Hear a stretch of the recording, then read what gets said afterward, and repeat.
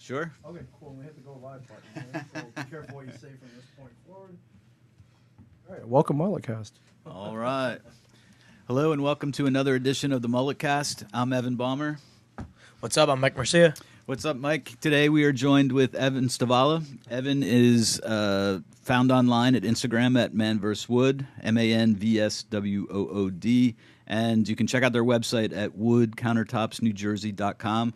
I'm just going to apologize in advance because I know we're silly, like childlike kids, and we're going to make all sorts of wood jokes today. Maybe worse than you are, so it's fine. I know you. We've met you originally at a networking event, and I think you stood up and just said that you like wood, Yep. and that's how it all started. So what's going on, Evan? Not much. Excited to be here, and it's my first podcast, so Nice. That's cool. very excited. Sweet. The MulletCast. That's The right. MulletCast, It's a good yeah. way to start. So how did you get into wood exactly?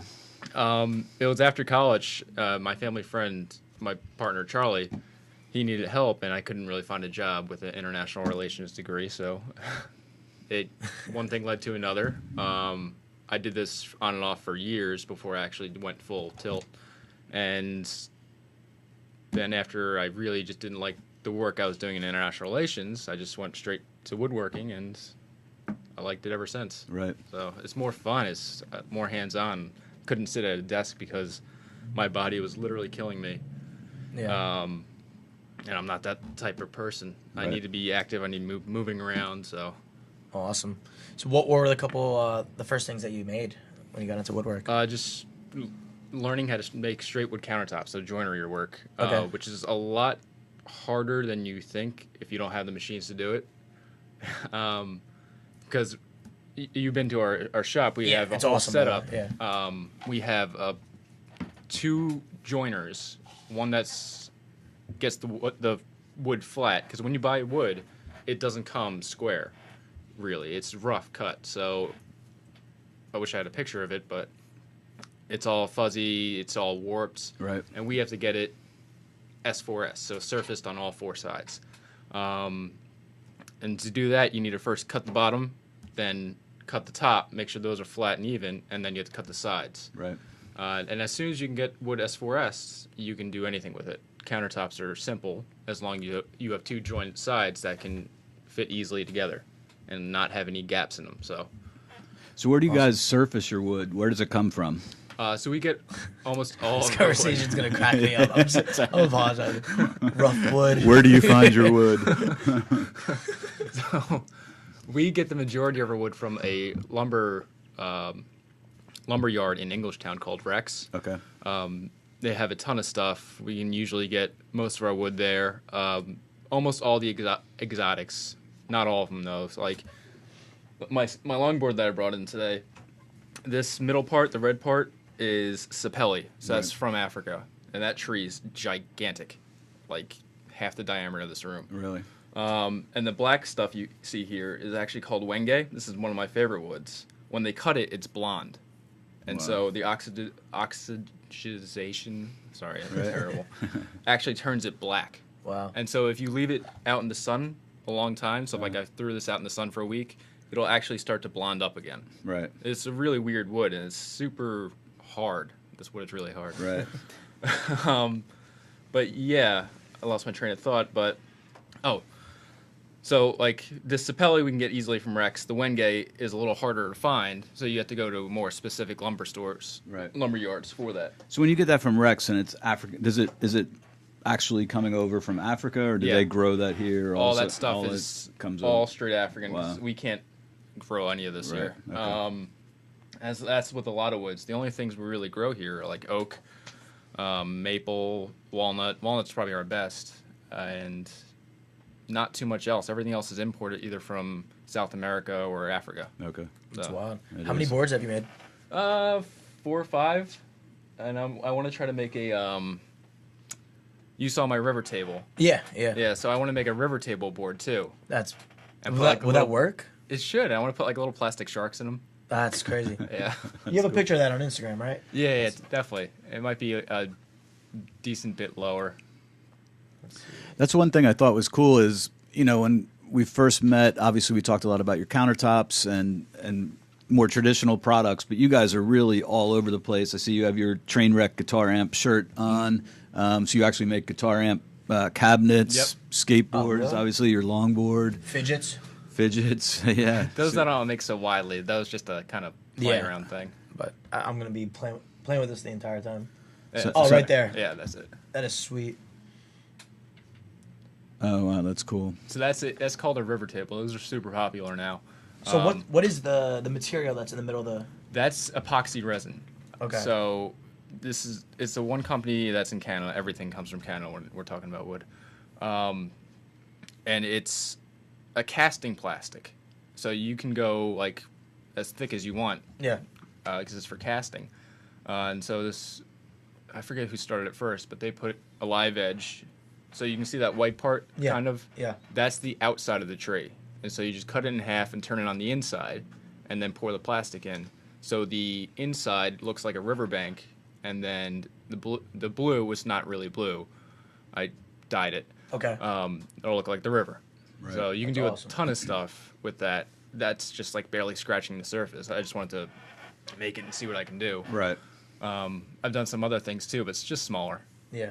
I saw the cutting board had a Yeah. whatever that. Yeah. Oh, yeah. That's awesome. Yeah. That's cool. A longboard would be sweet. That's what I want to do. I want to do a river of that, and then, like I said, put little plastic sharks. And Yeah, make a that'd little be beach scene. I think that'd be pretty funny. That would be cool. Do you sell those? I do, but I really haven't sold any yet Okay. because I kind of like them. Come on. They're all in my room, like lined up. All right. That's cool. So what's the typical process for someone to work with you guys? Like, let's just say it's a countertop that someone wants to do in the kitchen. Do people come directly to you? So there's a few different ways you can find us. For the website, we get a ton of business off that for people just searching wood countertops. We're usually the first ones up there. And we're really the only ones in New Jersey that do what we do. A lot of people do live edge, but they don't really do the butcher block or wide plank. Right. I'm not sure why, but keep it that way. But you can either find us through there or find us through a kitchen place. So your local kitchen store or your favorite one, whatever. Right. And then we usually partner with them. So where you would be their wood countertop guys, they would have granite guys and so on and so forth. Gotcha. But typically we like people to come in and see what we're working on because we usually have a top or two in there that'll usually change people's mind. Like we sometimes have walnut butcher block tops in there that people are just like, wow, I really like that. Right. But they just don't know it's a lot more expensive. Yeah. So would someone usually use, like, would a portion of the countertop be the butcher block portion and the rest is something different, or is it typically all butcher block throughout? We've done a lot of different stuff. Sometimes they have the granite on top, Right. and then the butcher block or whatever our wood piece would be underneath, Oh, kind that's of cool. like another lip. Right. There were tables that are just all straight butcher block. And we had some that, like I was saying before, but it was like a granite L, and then we did a wood L around it just to kind of highlight it. So it's not our designs, obviously. It's the designer's designs. We Right. just kind of make it. We're like little peons. So, That's cool. and I've seen a lot of cool stuff. There's been a lot of designers that have fantastic imaginations, and I'm just happy to make their vision come to life, and I love seeing it too. Yeah. Right. So, Do you also do cabinets or floors or any? no, that's all. We don't have those machines. Okay. And that's a whole nother business. To get set up for that, like, there are people who specifically just do cabinetry, Yeah. and that's what they do. And they usually buy the cabinets. Yeah. Nobody really makes cabinets anymore because it's a pain in the butt. Yeah. So yeah, that's a tough business because everybody does cabinetry or Yeah. trim work or Right. something like that. Right. So the finish work there's plenty of people in there. Awesome.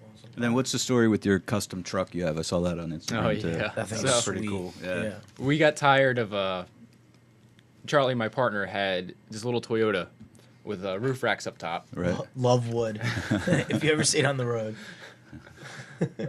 Yeah, so we got tired of lifting it up and we just needed a flatbed, but a flatbed wouldn't do because we needed some cabinets underneath for all of our tools and stuff. Right. And for a flatbed, it's so easy to get off countertops because it's at hip level. So we just designed this truck one day. Charlie bought it from his friend. We cut the truck in half. Right. We extended the frame another 30 inches, put the wheelbase back 30 inches, and then we just started building it. We had another friend work on the engine for us, so it's like a brand new truck. It's only got 50,000 miles on it for a 96 Ford, I think it is. Nice. But the whole back that you see there is all us. The front, not so much. The only thing we did in the cab is we put Wenge, actually, all throughout, like, as trim and, like, door panels and stuff. 'Cause Right. why not? Yeah. We had extra Wenge. But the wood that you see there is called machiche. I believe that's South American wood. And you can't really see it. Oh, the picture before when it said love wood, that's Wenge, that's sun bleached a little bit. So see how light that is from this stuff? Yeah, that's This stuff cool. has never seen sun. The and that's- bottom half or the top? No, the top half. Okay. Oh, wow. Yeah, the darker part. Okay. The bottom half is machiche. Okay. So this is kind of like our show-off truck. Right. So we actually took it to like a show one day, a car show one day, and we actually got business from there, which was nice. good. But it Yeah. was just a pain because we had to go out to Princeton, Oh, right. Yeah. which is one of our areas that we do really well in. So it was fun though. Yeah. Yeah, I would think you'd get some business from that truck. People Yeah. would see it and Yeah, want it's you pre- it's really kind cool, of duplicate. yeah. It's very cool. I saw some taps on there also. Who'd you make taps for? So I'm good friends with this one brewery that's opening in Colts Neck called Source Brewing. Right. They're going to be opening later this year, hopefully, as soon as we get their barn done. Is that the one next to Delicious Orchards? Yes, exactly. Nice. Oh, So wow. I'm going to be building their bar and tables and everything like Oh, that. awesome. So they have made a soda for this other company called Fruitable, Right. and they call it Fruita Fizz. So they're just making a lot of Source Brewing's making a lot of drinks. Right. Their craft soda is one of them, and they're gonna have a ton of beer. They're gonna actually have coffee too. Oh, wow. So that'll be really cool. But they commissioned me to make some of these tap handles, Those are dope. and I kind of just made up the design. I mean, Fruita Fizz, I kind of went with bubbles, Right. Yeah. and it kind of looks like it. It's Yeah, not bad. Absolutely.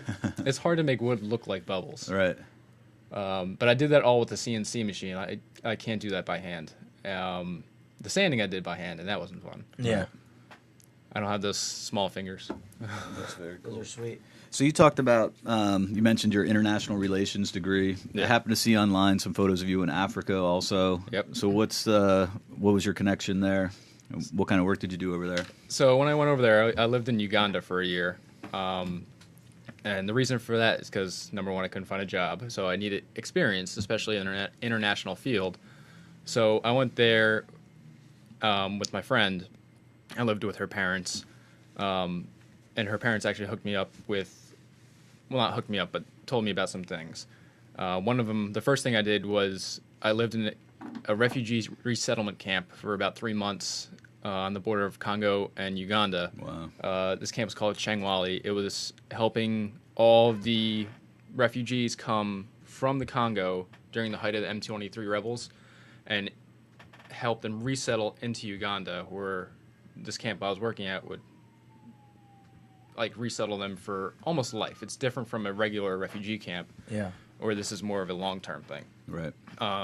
So for them, I wasn't doing anything spectacular. I was just doing success stories.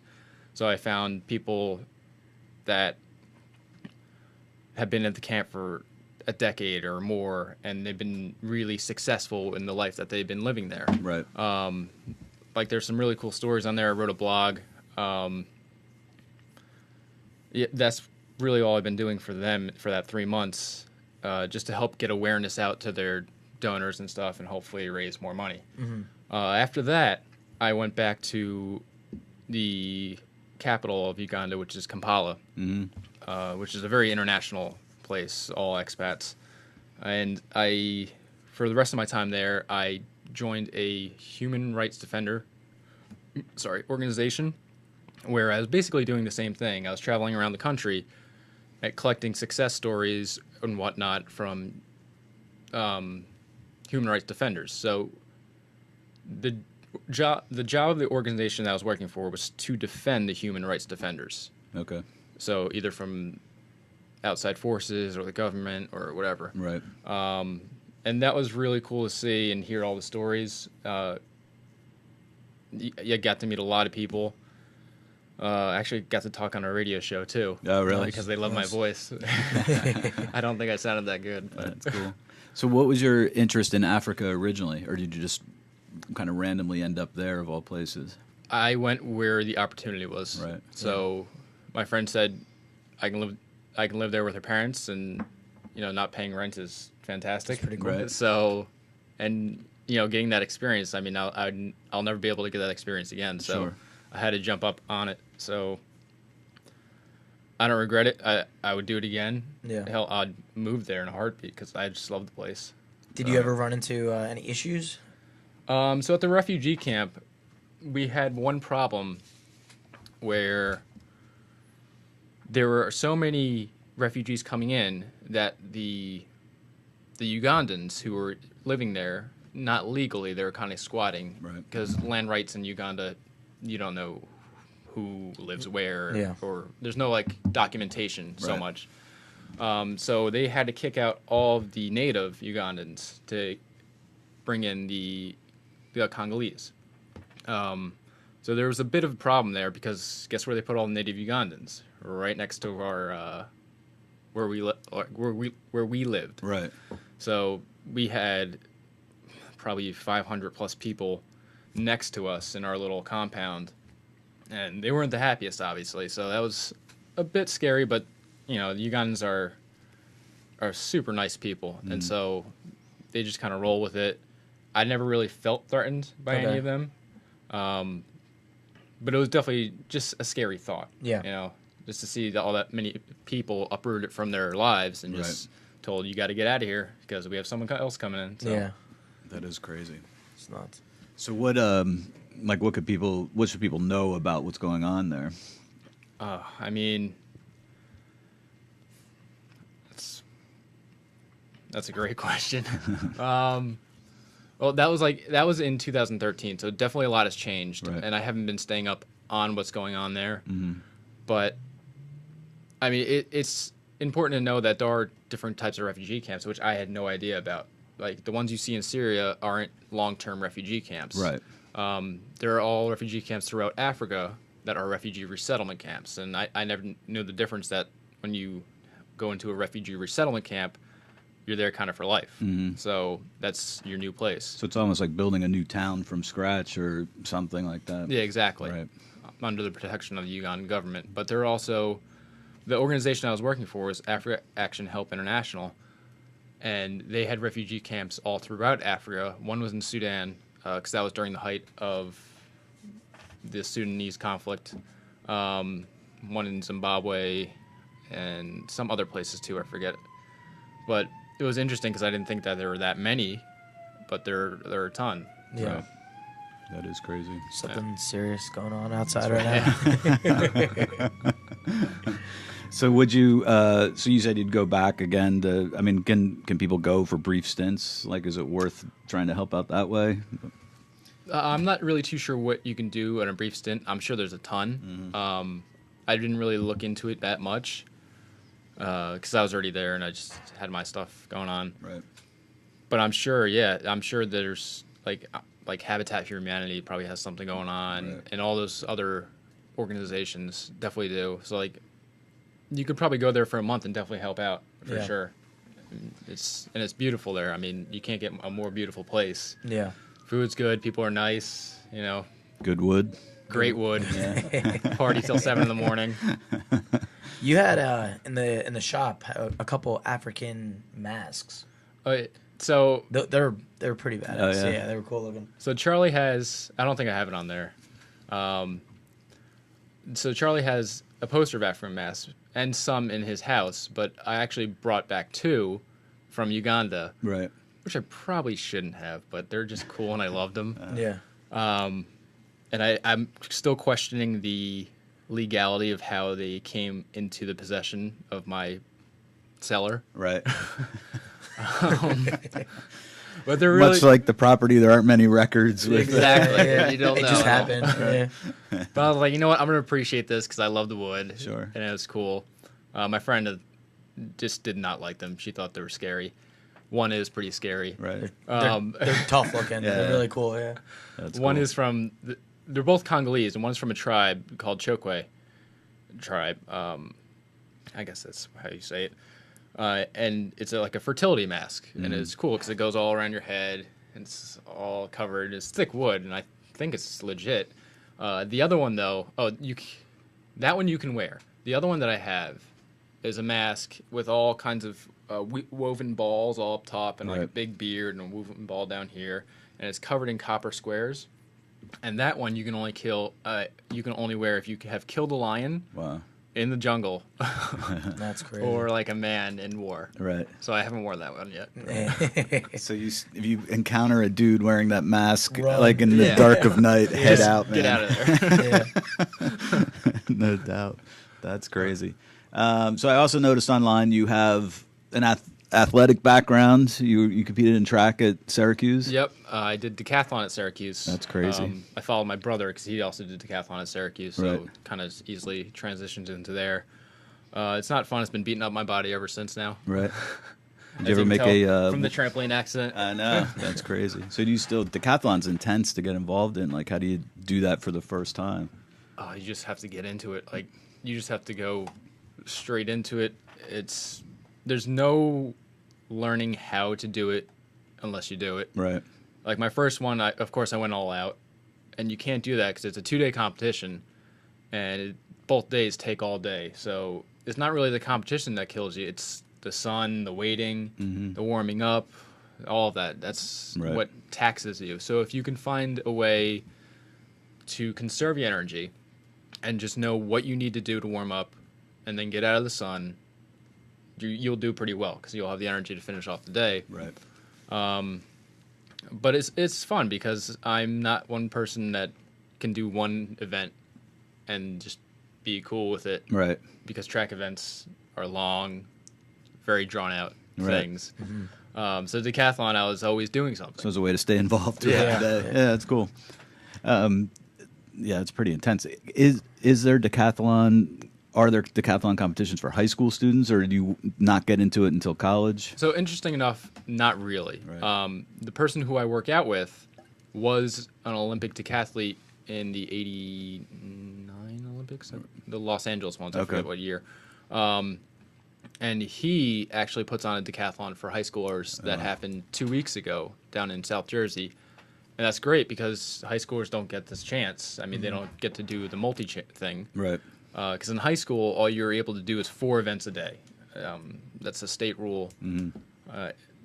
But we've been able to bypass that because decathlon is actually one event, but Okay. Gotcha. with Right. 10 different things in there. So I also saw at the last networking event you had you're showing Kelly a video of you taking logs and throwing them in a kilt yeah. in a Oh, yeah. competition. Yeah, No way. yeah. Nice. So what is that? So that's called the Highland Games. It's the traditional Scottish games of Scotland. If you ever saw like Braveheart, Right. or was it the Princess Princess Bride? Bride. Yeah. They do a Highland game in there. Nice. Um, Andre the Giant's in that, right? yes. Yeah. Yeah. So it's a lot of fun. And no, I'm not Scottish whatever, Right. not one drop. My friend just got me into it, who was a discus thrower, and he was like, "Hey, it's pretty cool. You know, it's good cross training, and you can get drunk while doing it." So Yeah. I just said, "Why not?" Is that on Man vs. Wood? No, Instagram? I don't put any of the personal stuff on there. I mean, Okay. I should because it's just funny. Yeah. And where do you compete in that? Is Oh, it- all over. Yeah. Usually wherever there's like a Renaissance fair, Right. they'll usually do the Highland Games. But I've been to some where it's just Highland Games, which is cool, Right. but you don't get the crowd of a Renaissance fair. Yep. I missed one that was in Pennsylvania that would have been really cool because they did it like within a what's it called? Where you do the lancing, a jousting pit. Like they have a jousting pit wild. there, and they did it in the jousting pit. I was really upset I missed that one because that would have been a lot of fun. Right. But yeah, it's basically all the events of track and field, the throwing events at least. You got Right. the big stones that range from like 16 to 26 pounds or heavier, I think. Right. You throw axes by chance? No, not in that That'd one. be kinda Cool. Right. What we do throw is 56-pound weights with one hand. Wow. And that's not fun because I tore my shoulder once. Did you? Oh man. And the one log that you had to be what, 12 feet long. Yeah, so Oh, was- really? it was huge, No yeah, kidding. yeah. Wow. some of them go up to 21 feet is the max, and 210. Right Oh, there. we go. That's insane, man. And how far can you throw something like that? So that's not for distance. That's actually, if you think about a clock, you get the 12 o'clock. So there's different ways of judging it. So the ways, one way is on the ground, and then one way is in the air. So if Right. you get a perfect 12, that's straight ahead of you, and it landed perfectly Okay. straight. Right. And a full rotation. Gotcha. And that's how they judge it. Okay. That's pretty cool. They're going up for the fresh caber. That's what that's called, is caber. Okay. So there you go. that looked like a pretty decent throw. Right. It's funny. That's the only event I'm actually good in. I guess it's because of the height. All right. So you got any interest in going over to Scotland and? Oh, absolutely. Yeah. That would be like a dream. But I definitely can't compete with them because they're monsters. Look at that. That is wild, man. Yeah, it's tough. The first time you do it, you have no idea how to even get it up. Yeah. Get your wood up, I guess. Right? It's all in the hips. But it's like a technique. Like you have to go down like Oh, that. yeah. Right. They're showing you. And it's a real quick motion. Get up and under. All right. Visit Scotland.com if anyone wants to know what we're watching. This is crazy. That is And seriously it's crazy. very tough to balance that in the air. I should have watched this before my first one. Yeah, This is totally, very right? informational. So it definitely helped me. You can tweak your style a little. This is a very dangerous event, though, because if you get it going, and if it falls back, Sure. the top will hit the ground, and then the bottom will like bounce up, and it can hit you right in the collarbone and just smack and crack you. Right. So Man. you really have to be careful with the caber. We have a lot of people watching out for one another. Right. Like if you fall back, you got to get the hell out of the way, Right. Yeah. because that thing will hurt. What is a piece of wood like that way? They range. So Yeah. I think the lightest you can do is 110. The heaviest is like 210. Yeah. 210 you can't flip. I don't even think you can pick up Yeah. because that's just hard. Yeah. That's intense. Because it's tapered from the top to the bottom, obviously. So like they just reverse the tree just so it's easier to grip and it's easier to flip. Yeah. So yeah, it's a lot of fun though. So if Yeah, you ever that's like awesome. around Highland Games, I definitely suggest going and see That them. sounds cool. I wonder how that started. I mean, you think this is like these were dudes like moving stuff to build things back in the day, or you know? Have you seen like, out of Braveheart? necessity. Yeah. They were just, how do you compete, right? Yeah. I don't think Scotland had soccer balls, Right. so let's throw stones. I think these were Stones, all large trees. these were all like weapons of war. Right. The part of Braveheart that comes to me is that could you kill a man with that throw? Right. No, but I can crush you. He takes the little rock, throws Yeah. it right at his forehead, knocks him out. Right. That's killer. Great movie. So what else do you like to do aside from in your spare time, Highland Games and promoting wood? Just playing with my wood, Right. just sanding it. Uh-huh. I like to. Ming's over there just cracking up.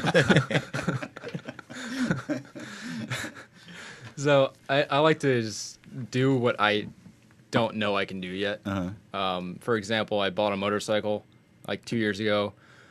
Never rode one. Right. Don't know how it works whatsoever. What'd you get? I got an old 1980 Honda That's cool. CB650. I didn't even know if it started or not. I just went up to North Jersey, got my dad's truck, and bought it without telling anyone. Right. My mom freaked out when she heard about it. And I just told her, listen, I'm just going to build it and resell it. Uh-huh. That was never the plan. Right. So, yeah, I tried to get her around there. You got to ease into it, you know. Yeah, exactly. But I stripped the bike down like to nothing. I even stripped the paint, repainted it, rebuilt it into what is now popularly known as a cafe racer. Right. Which is where you just chop the back up, put a nice little banana seat on, and usually heavily modify it. Pod filters, new exhausts, jets, all that stuff. I pretty much it's pretty much a new bike aside from the engine and the frame. Right. Everything else is new. And I did a pretty nice job on it. I know I have a picture on Man vs. Wood, but it's really far down. It used to be a long time ago. Right. But yeah, I like doing that stuff. I just bought a 1959 Vespa that I just kind of want to do the same thing with. Right. Yeah. Wood it out. I like to cool. put wood on Right. stuff, obviously. So like the dash of my Honda, I used my CNC machine to make out a little dash for my gauges out of lace wood. Oh, that's So cool. I just like to put anything Yeah. on where I can. Right. So Very Now, cool. now the longboards, do you ride or not anymore because I'm just too old and I break easily now. okay? But these are like really good because I took them down some hills too. Yeah. Had to test them out. Yeah, Obviously, you got it. without Yeah, killing you got it. myself. Right. But they're good flex. I mean, I never built a longboard before. Yeah. I just wanted to try something out again, and I'm really happy with the result of it. So Yeah. Do you put grip tape or you no, I didn't because I didn't want to. ruin the wood? Yeah, or like just I wanted the look of the wood. Yeah. So I could have put grip tape into places. I can probably put grip tape Probably that in says the- like Man vs. Wood or something. Yeah. I don't know. Get fancy with it. That would be cool. So do you do all the social media work for Man vs. Wood also? Is I that do your everything. stuff? Yeah. It's all me. That's Yeah. cool. Do you consider yourself like an apprentice to Charlie? Or are you learning about? Yeah, so Charlie's he is a master carpenter, Right. I'll say. He's been doing this for his whole life. His dad was a house builder. His granddad was a wheelwright. And that's an art that's completely gone, obviously. So it's really cool. He comes from a long line of carpenters. And I'm very happy to be working with him and learning a lot of stuff because he's such a knowledgeable guy that, Right. like, I ask him how to do some things, and I don't think that are possible. And he's like, yeah, you just got to do it this way. So I'm really lucky to be learning under him. Right. So That's cool. I mean, looking through your Instagram, you guys really do a wide variety of stuff. Like, Yeah. It looks like the possibilities are basically limitless. exactly. It's all based on designers, really. We made those speaker boxes up top too. We those messed are around cool. with Yeah, those. those are sweet. You did That's a garden bed, right? yeah. Yeah. I do flower boxes. I Flower do boxes, yeah. everything. As long as it's straight wood and I can do it in shop. Yeah. Because I can't do much out of shop. That's again the cabinet guys or the trim guys. So are there sound benefits to like the wood cabinets? Oh, as far as absolutely. yeah. You notice That's why a difference. Trainwreck. So these are like very high class guitar amps, Right. And we And it's make entire wood cabinet. entire wood cabinet. The guy who makes it, he's fantastically talented. He uses all tube amps, and these things cost like $6,000, Wow. and he sells them all over the world. Right. I know he just sold one to I forgot the guy's name. I forgot the band even now. But like he sells them to all different musicians. Right. And I've never heard it. I've only made Yeah. the cabinets because I don't play. Right. But yeah, they're really cool. We make all kinds of designs with them. We use Wenge. We use zebra wood, which Right. is always a fantastic combination. Because those are both African woods, and one's like blonde and one's black. Mhm. So it's really cool. Right. I always get excited about wood. Right. Yeah. Especially this early in the morning. Yeah, I know. Yeah. Morning wood. Yep. Awesome. Evan, thanks very much for coming in today. for having me. Definitely recommend following Evan on Instagram at Man vs. Wood. There's lots of cool stuff going on there. It's definitely an entertaining account. You guys are definitely up to some cool stuff. Yeah. Check out the website at woodcountertopsnewjersey.com. Excuse me. Once again, Evan, thanks for coming in. I'm Evan Balmer. You can find me on Instagram at Evan Balmer and balmerlawgroup.com. You can find me at mortgageguy_Mike on Instagram. Dude, that was awesome. Yeah. Thank you. Thanks, Thank Evan. you. That was cool.